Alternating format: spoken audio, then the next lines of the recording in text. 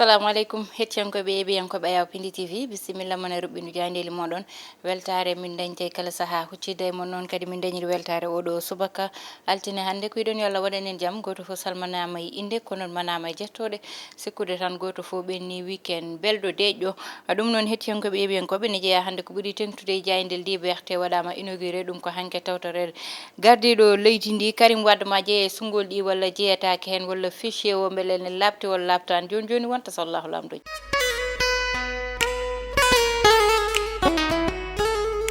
noon tigi hettiyankoɓe yeeɓiyankoɓe gudditiren jayde gendire le soleil on ji jayde le soleil e oɗo subaka aɓe mbi tan ko gardiɗo leydi ndi kay oɗo saaha kay woni mo ganduɗa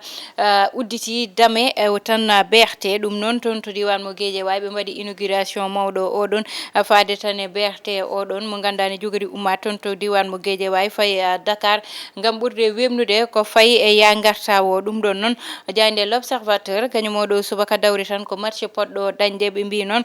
ko match d'histoire match mo ganduɗa noon ma heddito e tan ko ganduɗa ko kañum fayi e banggue histoire mo Sénégal ɗum noon woni hakkude Sénégal e Gambie ne foti dañde hannde so 14 heures yoni goɗɗum nani hen ɓe mbi tan hoto yejjita kay 11 octobre hitande 2008 ujunnaje ɗiɗi e jeetati ɗum noon ɓe mbi Gambie nden fino tigui Sénégal ha tan maître ha El Hadji Diouf darino noon wiide tan yete ko ganduɗa ko kañum woni hakkude Sénégal e Gambie kay wona lawol ne fiya ɗum kono kadi ko nden tigui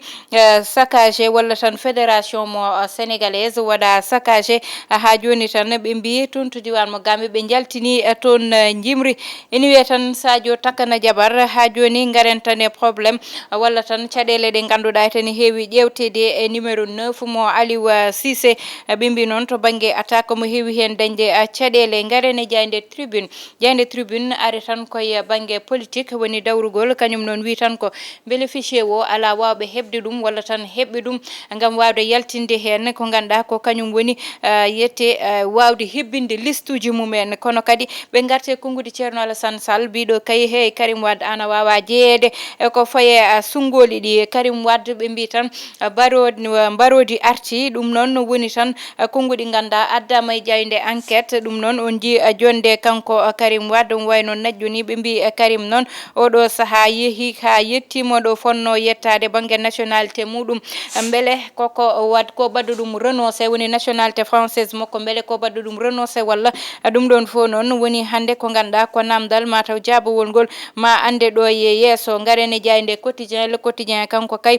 kanko ceerno Alassane Sall konngudi o addi o fawe dow Karim Wade wiide tan an Karim Wade a wawa jeeyede sungoli ɗi saabi ɗum noon ka joguiɗo nationalité ji ɗiɗi wadde noon hoto funtu hoore makko hoto funtu kadi askano ha joni garane jayde l'évidence gonɗinɗo ɗiɗon konngudi woni kay Fatou Thiam mo ganduɗa ene andano e landamo PDS kanko oɗon noon mataw nde o holliti caggal PDS oɗon hande noon darima gam wiide tan kanko kay oɗo mo ganduɗa woni Karim Wade woppitta mukko nationalité française muɗum saabu noon ko neɗɗo mo ganduɗa ko homme d'affaires te ligguey muɗum ni wawa hokkude ɗum gueɗe baɗe noon ɓe garen toon to diwan mo Grand Yoff ɓe mbi tan ha joni e banggue victoire mo tan oɗo mo ganduɗa woni yette woni Amadou Ba ɓe mbaɗi ɗum toon garantir wiide tan Amadou Ba ma dañɗo folde kay ha yimɓe fo naja garene jayde l'indépendance ne oɗo subaka wi tan ko réplique walla jabowol ganduɗa wonɓe CK walla tan mbiyen coalition Karim 2024 ɓe gaddi ɗum kamɓe ɓeɗon noon e wiide tan kanko Karim Wade waɗi renoncé nationalité makko ɓooyi kono kala ko ganduɗa woni kayitaji kala ko ganduɗa woni ko rewata e lawol beele wawa jeeyede sungoli ɗi ɗum fo noon ɓe pawi ɗum e dow tabal ngal ha heddo kay e conseil constitutionnel garene jayde les échos noon e oɗo subaka wi tan ko Karim Wade kay holliti caggal nationalité française muɗum ɗum tigui ɓe dawri a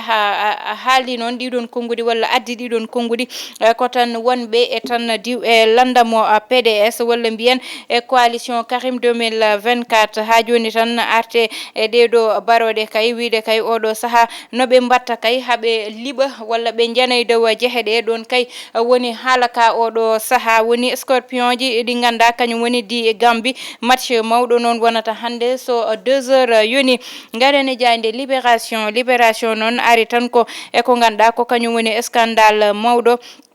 to banggue wiye tan ko ganduɗa ko kañum woni les dessous de son nouveau ɗum noon woni tan to banggue cadeau walla tan eko way noon ɗo e nder leydi meɗen Sénégal woni yete banggue mbuñaari eko way noon ɗum ɗon noon wiyato ko 26 kañum noon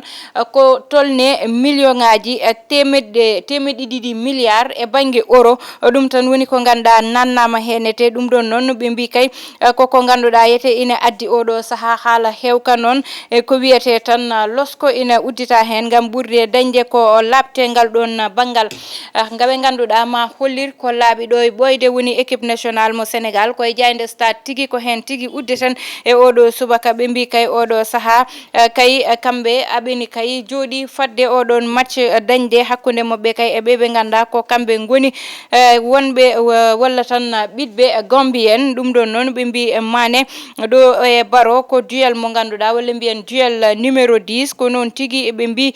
Gambie ne fada Sénégal ne fada ɗum koso ɓooyi wonta so Allahu lamɗo jaaɓi hettiyankoɓe yeeɓiyankoɓe joni joni gudditen hello wonko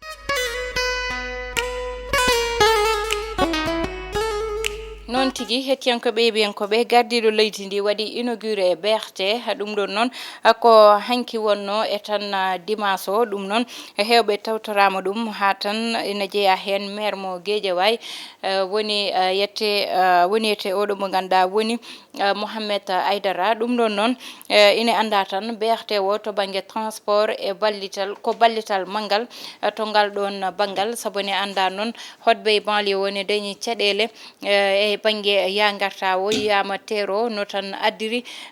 no addiri ko ganduɗa ko kañum woni apport baɗɗo fayida e ngal ɗon banggal ya garta o to banggue muɗum BRT wone kono noon tigui jogori waade ɗum ɗon noon ko tan artude e noddude erango woni won banggue woni yete won gueɗe waɗede surveillé saabu BRT o e taliji ɗi no waɗirani taliji koko ɓuuri yañede wadde so taliji ɓuuri yañede to ganduɗa ko kañum woni piéton ji ton ndewanno ɗo ɓuurat dañde caɗele place uji baɗaɗi noon pour yimɓe ne mbawa rewde hen ne jaaha haajuji mumen laamu wawa wattude hen hakkille no fewi saabu noon oɗo saaha ine anda leydi ndi no way ya garta o no way hewde otoji ne keewi kalandoji taxi ji kono kadi motoji nani hen e charrette aji ko way noon koye nder leydi ndi jeeya ɗum noon ko ɓiɗɓe Sénégal naɓe kadi liggoto hen woni noon to banggue motoji ɗi saaha caɗele ganda ina ƴewte hen to piéton ji poti rewde ɗo aɓe keewi woppude laabi taliji ɓe gara ɓe tawa ɗon piéton ji aɓe ndewa hen ɗum ne wawi addude caɗele banggueji foof walla wona yetta ɓe ganda kamɓe goni waɗoɓe EQUIPE voie publique woni ko banggue yeeyoɓe walla fawoɓe bagasuji mumen walla ko way noon ɗum ɗon ne wawa woppitede hakkille ha kadi ko fayi e autoji ganduɗa ine gara to piéton ji ndewata ɗo saabu soɓe darima ɗon tan ko caɗele wonanta yimɓeɓe ganda yete gonta dañde to rewi saabu hande hotɓe banggue parcelle jeddata ko way noon hotɓe to ganduɗa kañum woni hedde cité Fadia jeddata ɗum hotɓe banggueji goɗɗi ɗi ganduɗa BRT o rewi toon ɗeɗon caɗele nde jogori dañde ɗum so tawi BRT o fuddima dogde taliji mbaɗe balisé